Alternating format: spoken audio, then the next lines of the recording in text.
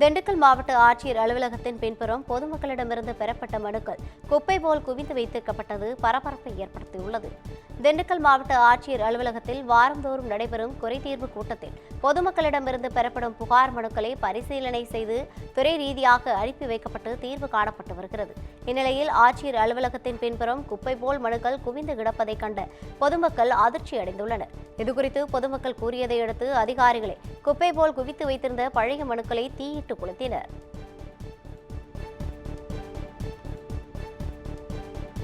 கோவையில் தனிமையில் இருந்தபோது எடுத்த புகைப்படங்களை வைத்து மிரட்டிய இளைஞரை போலீசார் கைது செய்தனர். ஜவஹர் என்பவர் ஒரு பெண்ணோடு நட்புடன் பழகிய நிலையில் பழக்கத்தின் காரணமாக 2 பேரும் தனிமையில் சந்தித்துள்ளனர். இந்நிலையில் ஜவஹர் வேறு பெண்களுடன் பழகி உல்லாசமாக இருந்த புகைப்படங்களையும் வீடியோக்களையும் பார்த்த பெண் அவருடனான பழக்கத்தை தவிர்த்துள்ளார். இதையடுத்து அந்த பெண்ணோடு எடுத்த புகைப்படத்தை அவரின் தாய் மற்றும் சகோதரனுக்கு அனுப்பியுள்ளார். இதுகுறித்த புகாரை அடுத்து சைபர் கிரைம் போலீசார் வழக்கு பதிவு செய்து கைது செய்து சிறையில் அடைத்தனர்.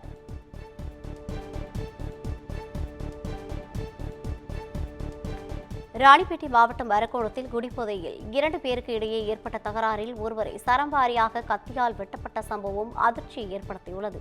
அரக்கோணம் பழனிப்பேட்டையில் துக்க நிகழ்ச்சிக்கு வந்த லோகநாதன் மற்றும் பாஸ்கர் ஆகியோர் மது அருந்திய போது இருவருக்கும் இடையே தகராறு ஏற்பட்டது. அதில் பாஸ்கர் தான் மறைத்து வைத்திருந்த கத்தியால் லோகநாதனை சரமாரியாக வெட்டிவிட்டு தப்பி சென்றுள்ளார். தகவல் அறிந்து வந்த போலீசார் படுகாயமடைந்த லோகநாதனை மீட்டு மருத்துவமனைக்கு அனுப்பி வைத்துவிட்டு வழக்கு பதிவு செய்து விசாரணை மேற்கொண்டு வருகின்றனர்.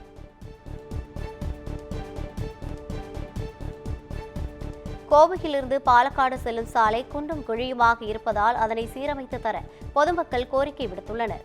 கோவையிலிருந்து கேரள மாநிலம் பாலக்காடு செல்லும் சாலையில் உள்ள குனியமுத்தூர் பகுதியில் குண்டும் குழியுமாக இருப்பதாகவும் அதனால் விபத்துகள் ஏற்படுவதாகவும் அப்பகுதி மக்கள் குற்றம் சாட்டி வருகின்றனர். இந்நிலையில் சாலையை விரைந்து சீரமைத்து தர வேண்டும் என தமிழக அரசுக்கு அப்பகுதி மக்கள் கோரிக்கை விடுத்துள்ளனர். திருவள்ளூர் மாவட்டம் சிறுவாபுரி முருகன் கோவிலில் கடந்த 3 மாதங்களில் 98,68,000 ரூபாய் பணம் உண்டியல் காணிக்கையாக கிடைத்துள்ளது. சிறுவாபுரியில் பாலசுப்பிரமணிய சுவாமி கோவிலில் செவ்வாய்க்கிழமையில் பக்தர்கள் கூட்டம் அலைமோதுகிறது. இந்நிலையில் கடந்த 3 மாதங்களில் பக்தர்கள் காணிக்கையாக செலுத்திய உண்டியல் பணம் எண்ணும் பணி கோவில் வளாகத்தில் நடைபெற்றது.